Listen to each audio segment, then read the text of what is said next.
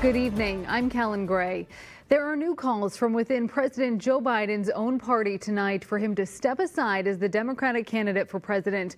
Congressmember Angie Craig now adding to the growing list of Democrats seeking a new candidate. Mr. Biden's interview last night with ABC News and the events in the days after his debate performance have only increased tension within the party. Our Richard Reeve joins me now with more on the fallout after last night's interview, Rich. Yeah, Callan, at least 5 congressional Democrats are calling for Biden to step aside. Craig says she has great respect for the president's decades of service, but says it's time for a new generation of leaders to step forward. Major Democratic donors are also voicing concerns, but Biden says he's the most qualified to beat Donald Trump.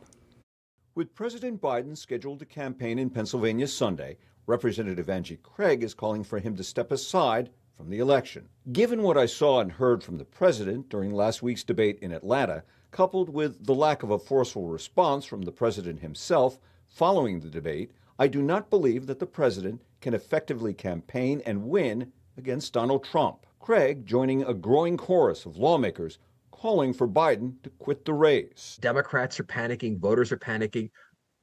I think he needs to take that all into consideration and make a real assessment. Can he really win going forward? Dealing with everything we have to do with, look, if we finally beat Medicare. Those concerns sparked by the president's shaky debate performance last week. Yeah, look,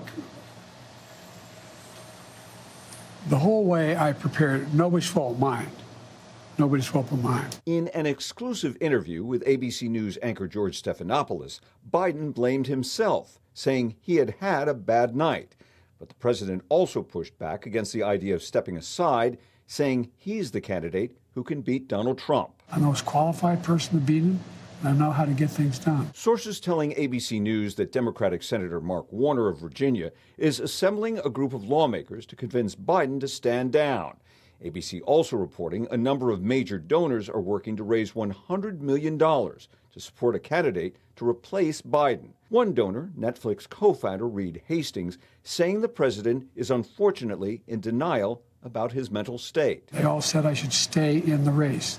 Stay in the race. None of the people said I should leave. But Biden says he continues to have support of the Democratic leadership. I think him and his political advisors need to have a real serious discussion this weekend. Again, look at the performance, look at where the public says they are at this point, and really consider the options. Craig says there's now an opportunity to open up the nomination process and select a new Democratic candidate. The party's convention starts on August 19th in Chicago. And as we mentioned, Biden is scheduled to campaign in Pennsylvania tomorrow, a key battleground state election day just 4 months away, Callan. It's going to be here before we know it. Yep. Thanks, Rich. Yep.